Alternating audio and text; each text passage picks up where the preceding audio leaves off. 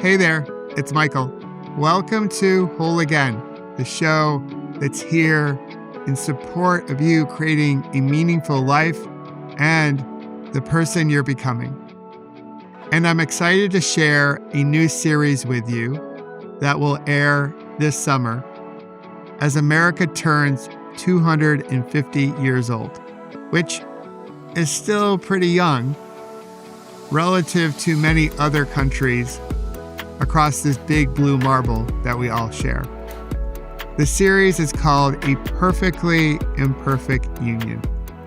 In 2022, I rode my bike across America, from Astoria, Oregon to the Lincoln Memorial. My wife drove our RV, and she had two co-pilots, Jester and Hope, two Springer Spaniels. And when we did it, America was coming out of the pandemic, and we were hurting from things that had happened prior to the pandemic. Of course, going through what we all went through. And at that time, and this is something I still believe today, is that we were entering an inflection point. An inflection point for us to hopefully pause, breathe, and reflect on who we wish to become as individuals, as communities, and as a country. As I pedaled across America, I wanted to share America's beauty with others, her natural beauty and the beauty of her people. And I also wanted to share where we were hurting. As America turns 250, I believe Kinstugi, which is something we use as a metaphor here at Whole Again, is a perfect metaphor for where we are as a country.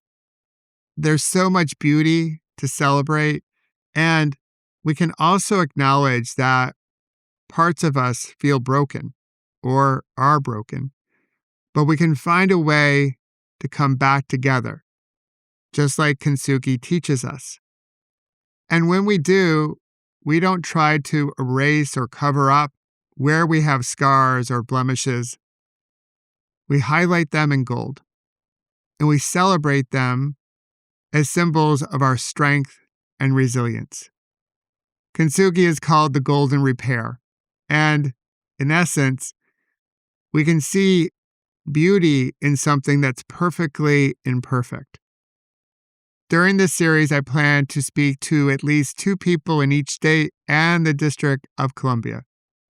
So 102 conversations with real folk, as I like to say.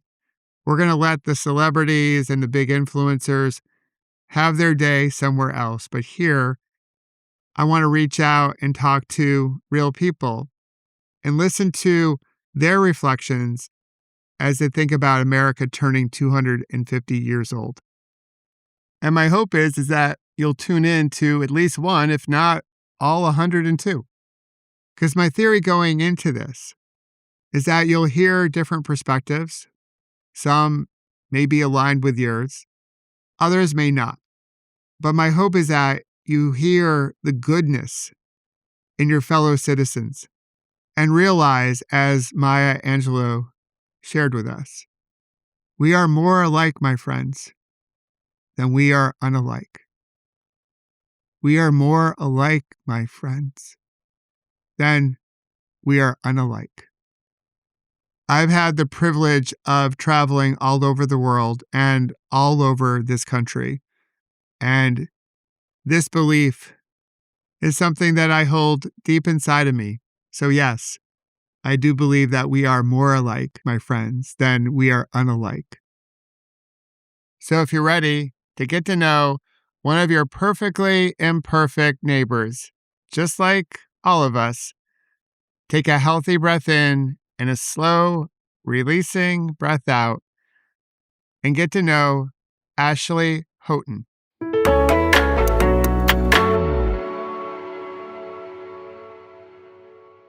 Ashley, so good to see you. Thanks for joining me on this series I'm calling A Perfectly Imperfect Union.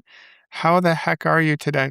Oh, I'm just so thrilled to be here. I saw your message and I was like, oh, this is exactly what I want to talk about all of the time. That's So awesome. Well, I'm psyched for our conversation. When I saw your profile on LinkedIn, I loved what you were doing. I loved the ripple effect. So I know a little bit about you through the LinkedIn profile scene. But for those that don't know you, can you take a minute to introduce who you are and also what state are you living in? yes, and that's an important part of my story too. So my name is Ashley Houghton, and I'm a chief program officer at Fairvote.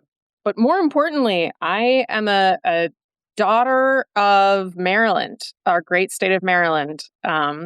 I like to say that I grew up just outside the local advocacy factory, and like any good townie, I I became that when I grew up.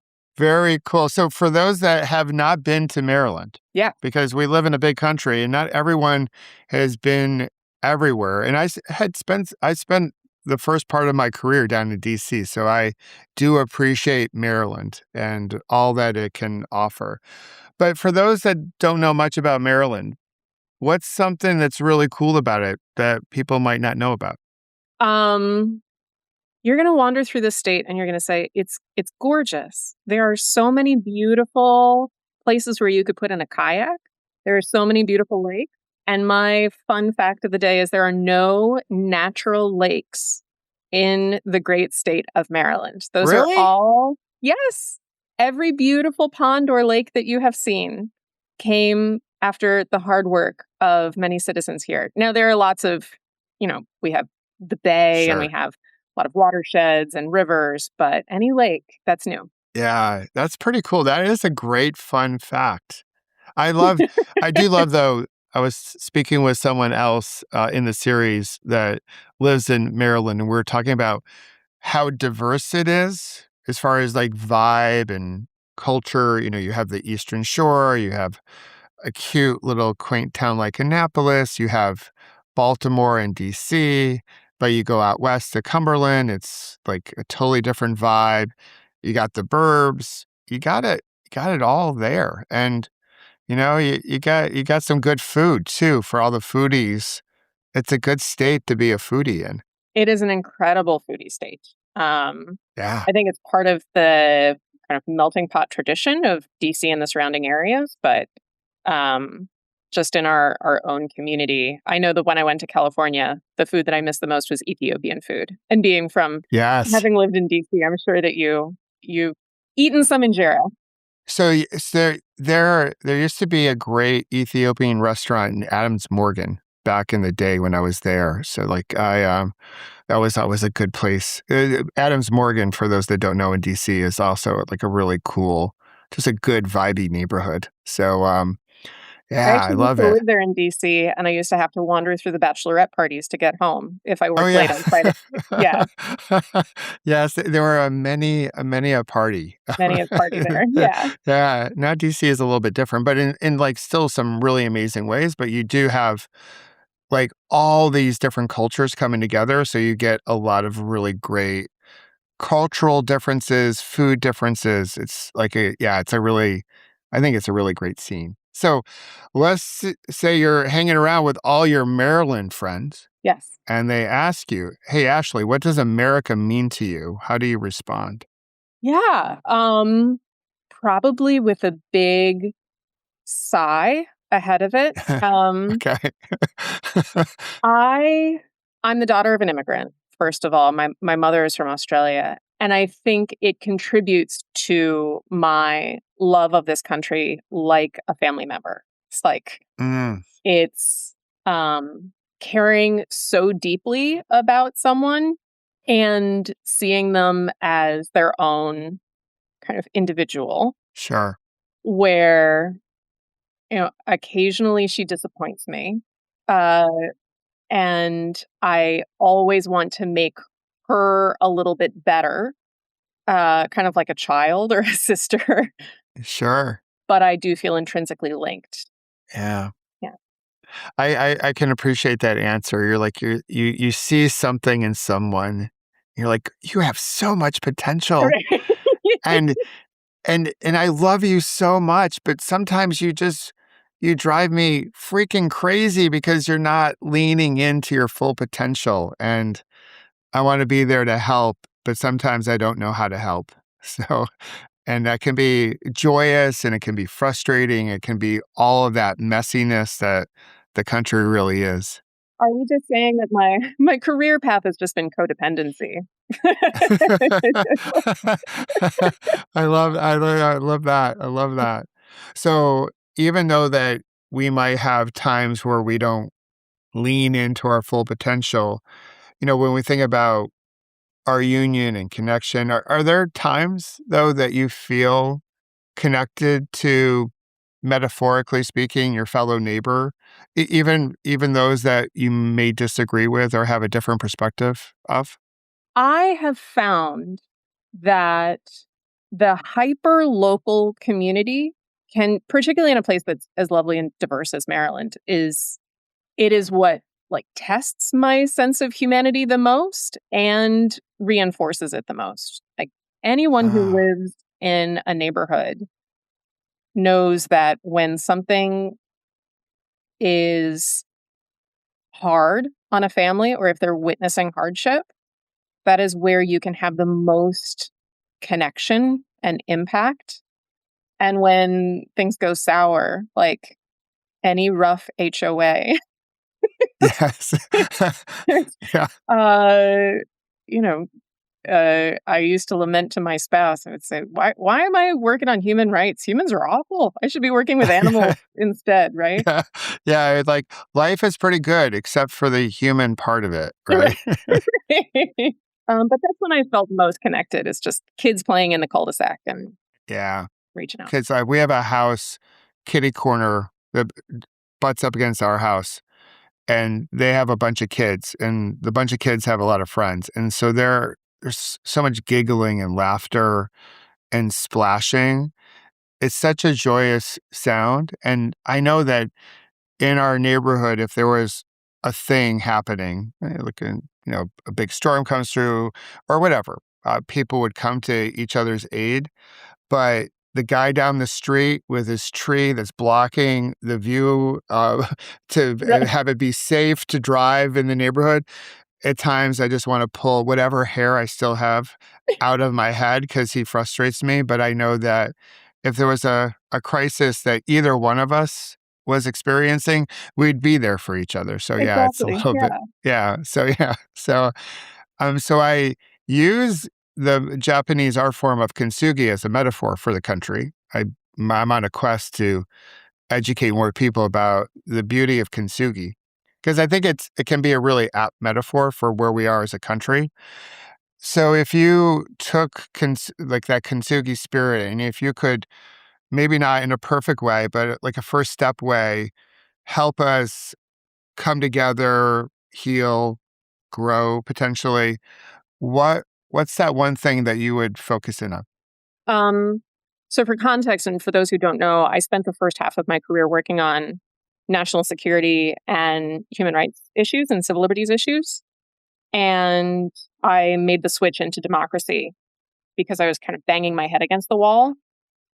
And what I've come to realize is that there's this Al Smith quote that all of the ills of democracy can be cured by more democracy. And I think nearly all of our challenges when it comes to polarization, the rise of political violence, this really demonstrable harm that we're seeing in our country uh, comes down to how we elect our leaders and our Mm, legislators, where I fundamentally believe that we have been on this road where we elect boxers and not legislators. You know, yes. we are so worried about the other guy that we need to elect a fighter to be able to protect our interests, not someone who can make our lives all better. Mm-hmm. And I think most people's interactions with government, like I'm the daughter of a Fed, my dad worked at Department of Energy for many years. And he always said, Ashley, most people only know the government through the DMV. Like, no wonder they don't Sure. trust it, Yes. right? Yeah. And I think our politics have moved us further away from feeling connected to each other. So I believe that there are very specific, wonky structural reforms like proportional representation and ranked choice voting, where if you're able to elect someone who has different incentives, they're just going to do a much better job.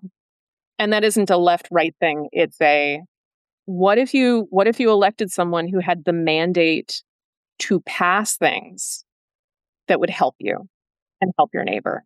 I hear what you're saying as far as our relationship with the government, with like the DMV or like the DPW. Like, is our Yeah, trash getting picked up? Is that pothole being fixed? Are like right. things moving along? And it just, yeah, it feels like we're not getting like anything done. And that whole boxing analogy is really apt. But when you were sharing it, what came to mind was like WWE wrestlers. Because Yeah, it's almost like this theatrical show that's phony, but they're all trying to beat each other up, and like at the end of the day, nothing really happens. yeah. You know, it's just It, so frustrating. I don't think it's a coincidence that our our chief executive now, our president, comes from reality television of a kind, right? The Apprentice being like Sure. a perfect example of that. And I think because, and that isn't on him, that isn't on, you know, certainly like reality television, though I have a hard time consuming it. I can only handle like Great British Baking Show. Yeah, Chocolate actually, that is very. I'm with you there, Ashley. That's a very soothing show. Everyone is so like sweet to each other and so supportive. It's like you feel good about humanity after watching it, and you're also quite hungry. Right. Yes, exactly. Yes. I love The Masked Singer. I want everyone to be thrilled for everyone, right? Um, Yes. but I think when you feel threatened, your instinct is to try to protect yourself, and that's what these legislators should be. But we don't elect people for that, right? Yeah. So anything that I can do, even in my own admittedly kind of wonky, nerdy way, um, to try to make things a little bit better. Uh, I think it is the beauty of this country that we tend to adopt things when there's a tipping point of people who are ready for something better or worse. Yeah. We feel the pain, Hmm. and then that wakes people up. Yeah. And sometimes well, often, at least this is my perspective, we overcorrect. Like Right. we're hurting, and then we're gonna throw like every supplement that we can buy at the problem when we probably just need to like leave, and like that would be good enough as a start. So yeah, we're in this constant. We feel pain. We overcorrect. There's pain. We the pendulum swings another way. But hopefully we can find a way where we can be reasonable in the middle to get some stuff done to help us come together, because there will always be edges of pain or Right. extremism, but hopefully we can see the humanity that's in the middle. And work with folks in the extreme too. I think that's Sure. the Yeah. thing. It's there's this assumption that if I just win harder, everything will land into place, right? And it just doesn't work that way. And it turns out we're all on this little pale blue dot together, Yeah. Trying to and figure winning it out. harder isn't working. No, no, it certainly it certainly isn't. Yeah. So in this series, I've been asking the person before you a question, and from the previous guest. So the last person I chatted with was Heather, And her question to you is, if you could sit down with someone from the past, current, future, it could be fiction, nonfiction, whatever. It could be coffee, it could be tea, it could be your favorite smoothie. Who would it be? Yeah. Well, I think like a good number of millennials, my career path was really set by a man named Aaron Sorkin, who wrote The West Wing, which is not, I feel like Yes. I need to underscore, not realistic, and not a not an accurate depiction of how government works. But I do find myself on late nights working on a memo or responding to some crisis and just wishing Leo McGarry were there. And so if I could say, I'm sure John Spencer would also be just the actor who played him. I would also love to sit Sure. down with him. And I did once pass Aaron Sorkin in the street and Oh. immediately wept and he turned away. Like this happens to him all the time, right? Oh, that's awesome. I love it. Um, but I think someone like that, I miss having the the John Spencer-esque Leo McGarry, someone who sees where the hockey puck is going and Sure. has a sense of how things are being driven now. Yeah, I love that. That's very cool. All right. So, what question do you have for the next person I chat with? I want to hear more about resilience through community. Like Okay. what are some very tangible small things that you are doing to build community right now? Because we all need those tips. I think even now, post COVID, we're still working to rebuild community and reconnect with each other in person. And I will take all the tips that I can get. So, Yeah. Yeah. I will ask the next person that I chat with that very question. I'm with you. This whole series is like one little step. It's not in person, of course, but it's different than a whole social media blast just to connect with people and see each other and hear each other's stories. So I really appreciate you joining me, Ashley, and thanks for the ripple effect that you're putting into the world. I really appreciate it. So again, thanks for being here. oh, I so appreciate it. Thank you for having me.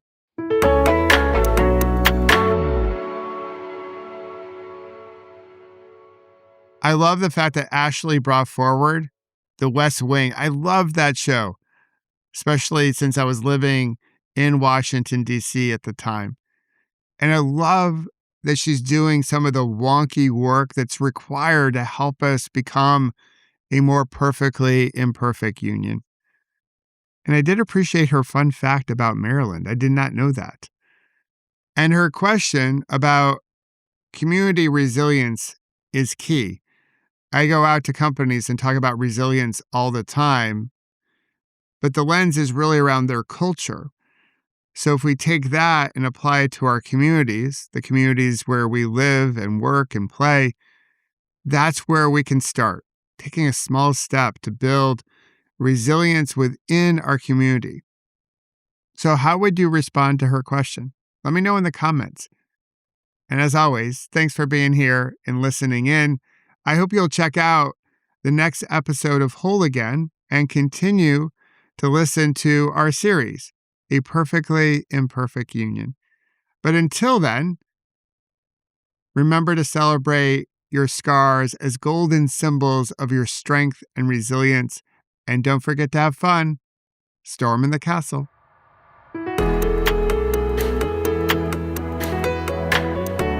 And if you wish to learn more about creating beautiful ripples and how to prevent a bad moment from turning into a bad day, please visit my website, michaelobrienshift.com, and sign up for my newsletter called The Ripple Effect. And join us each Monday, Wednesday, and Friday here at Whole Again and discover how you can heal, grow, and become more resilient. And celebrate our scars as golden symbols of strength and resilience. Until then, remember, you can always come back to your breath. You've got this, and